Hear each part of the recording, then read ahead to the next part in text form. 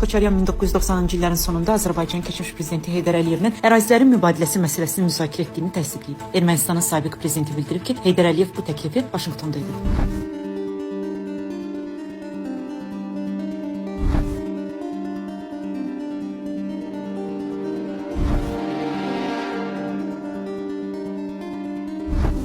Amerika Birləşmiş Ştatlarının Dövlət Departamenti Qarabağ danışıqları üzrə bəzi məxfi sənədləri ictimailəşdirib. Я приветствую прибывших из Армении, прежде всего президента Роберта Кочаряна и его делегацию здесь, на азербайджанской земле.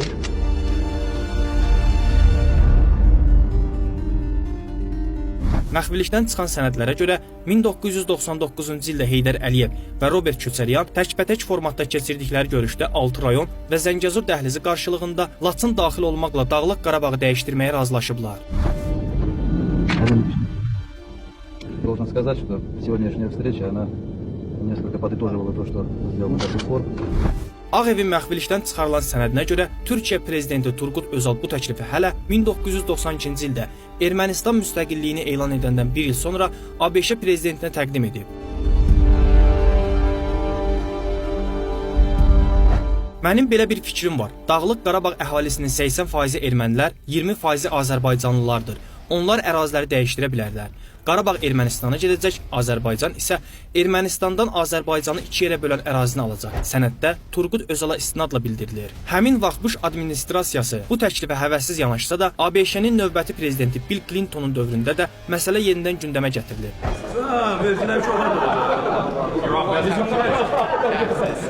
Biz vergiləri azaltmışıq. Sizi həvəsləndirmək. Ermənistanda hakimiyyət dəyişikliyindən sonra məxfiliyi ləğv edilmiş sənədlərə əsasən Robert Köçəryan və Heydər Əliyevin təkbətək görüşləri sayəsində ərazilərin mübadiləsi ideyası danışıqların gündəliyinə daxil olub. Əvvəllər vasitəçilərin təklif etdiyi addım-addım paket və ümumi dövlət modelləri bu və ya digər tərəfdən rədd edilirdi. Danışıqlar dalana dirənəndə Köçəryanla Əliyev vasitəsiz görüşməyə başlayıblar. Обстоятельства, я думаю, очень важно, что мы для того, чтобы встретиться друг с другом, не уезжаем в Женеву там или еще куда-то, а встречаемся на границе, которая, как мне Гейдар Алиевич рассказывал, она была когда-то местом встречи руководителей двух республик, даже митинги. 1999-cu ilin sentyabrında Köçəryan Əliyevin mübadilə təklifi ilə prinsipial olaraq razılaşıb. Məxfiliyi qaldırılmış sənədlərə əsasən bu görüş Ermənistan-Azərbaycan sərhədinin sədərək hissəsində baş verib. Prezidentlər görüşdən yüksək əhval-ruhiyyə ilə ayrılıblar. Hətta sülh sazişi imzalananda neçə qoyun kəsiləcəyini müzakirə ediblər. Каждое село выходит огромное количество людей, да еще бараны пришли. Я уже последний сказал, скорость самая высокая. Я надеюсь, что охрана баранов хоть одного привезла. Сколько хотите народа, потом мы здесь будем сидеть. Благодарю там за гостеприимство. Я не знаю, барана нам дали или нет. Баранов много, потому что пока я ехал сюда на дороге, очень много баранов зарезали.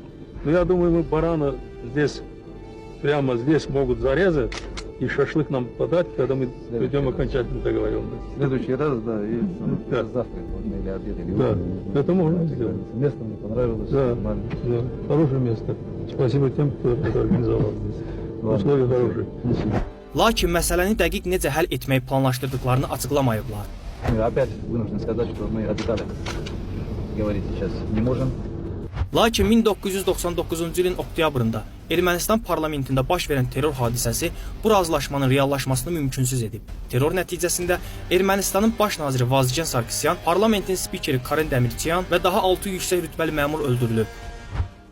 Qarabağ münaqişələrində yaralanan Azərbaycanlılardan bir iddəsi Təbriz bimarstanlarında müalicə olunub, Hilal Əhmərin ortopedi mərkəzindən məsnui əndamlar və protez alıb öz məmləkətlərinə getdilər. Azərbaycanlı qonaqların neçəsi ilə həmkarımız söhbət ediblər ki, Bahamutda gör. Qardaş, siz çox xoş gəlibsiniz. Sağ olun, var olasınız. Sözü təqdim edirsiniz.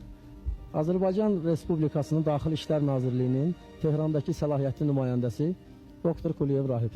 Qasımov abi. Siz harda yaralandınız? Qarabağın özündə Ağdərə rayonu var, onun Sırxavət kəndində. Mən Məmmədov Səyyaf, özüm Ağdamlıyam, Qarabağda yaşayıram. O Ağdərə rayonunun keçmiş Mardaget rayonunun, indiki Ağdərə rayonunun Zanyataq kəndində yaralanmışam. Gördüyünüz kimi əziz izləyicilər, bu rejim Türkiyənin Xəzərə çıxışını təmin etmək üçün Azərbaycanın hər şeyini satmağa hazırdır. Hacı Qasım Süleymani Qarabağın ermənilərə verilməsinə qarşı çıxan ən mühüm şəxslərdən idi. Ümumiyyətlə, İran üçün qonşularının sərhədlərinin dəyişdirilməməsi ən prioritet məsələlərdəndir. Çünki bu iş həqiqətdə Böyük Yaxın Şərq layihəsinin bir parçasıdır. Yəni, regiondakı İsraildən ərazicə böyük olan bütün dövlətləri kiçik hissələrə ayırıb, İsraildən kiçik ölkələrə çevirmək. Elə məhz buna görədir ki, Azərbaycan mediası var gücü ilə Hacı Qasım Süleymani qaralayır və onun ermənilərə müttəfiq olduğunu yazır. Niyə? Çünki Hacı Qasım Süleymani onların planlarını alt-üst edib.